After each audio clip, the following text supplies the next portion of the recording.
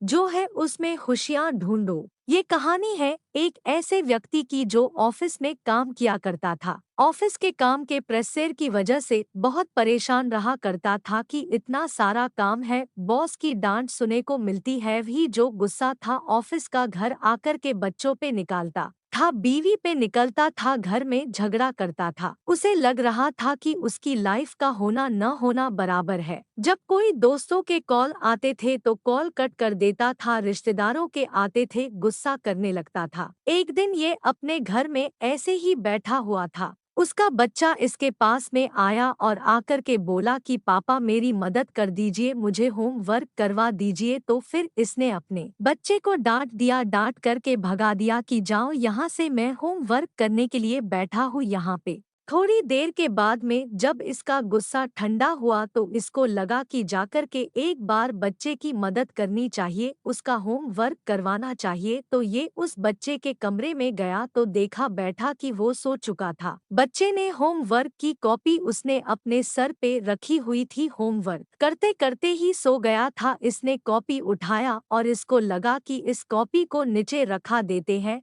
ताकि बच्चा आराम से सो सके। लेकिन जैसे ही ये कॉपी नीचे रखने वाला था, इसने पढ़ा कि इसमें लिखा क्या हुआ है। इसको लगा कि एक बार पढ़ लेते हैं। बच्चा काम क्या कर रहा था ऐसा जिसमें इसको मदद चाहिए थी, तो जो होमवर्क था उसका शिरस्त था। वो काम जो हमें शुरू में अच्छे नहीं लगते लेकिन बाद में धीरे धीरे अच्छे लगने लगते हैं। शिरस्त पे बच्चे को एक निबंध लिखना था। बच्चे ने एक पैराग्राफ लिख देता था तो इसने पढ़ना शुरू किया। बच्चे ने सबसे पहले लिखा था, thank you so much. Final exam का जो शुरू में हमें बुरे लगते लेकिन उनकी वजह से बाद में गर्मियों की छुट्टियां आ जाती हैं। थैंक यू सो मच उन बेस्वाद कड़वी लगने वाली दवाइयों का जो शुरू में तो बिल्कुल अच्छी नहीं लगती लेकिन बाद में उनकी वजह से हम सब कोई ठीक हो जाते हैं। फिर उस बच्चे ने आगे लिखा, थैंक यू सो मच उस अलार्म क्लॉक का जो सुबह सुबह हमें जगा देती है। हमें अच्छा नहीं लगता लेकिन उसकी वजह से जब हम जाग जाते तो हमें मालूम चलता है कि हम जिंदा है।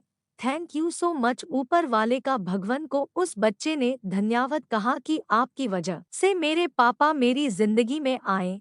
मेरे पापा शुरू में तो मुझे डांटते हैं, मुझे बिल्कुल अच्छा नहीं लगता लेकिन बाद में मुझे घूमने के लिए ले जाते हैं, अच्छा अच्छा खाना खिलते हैं, खिलौने दिलाते हैं।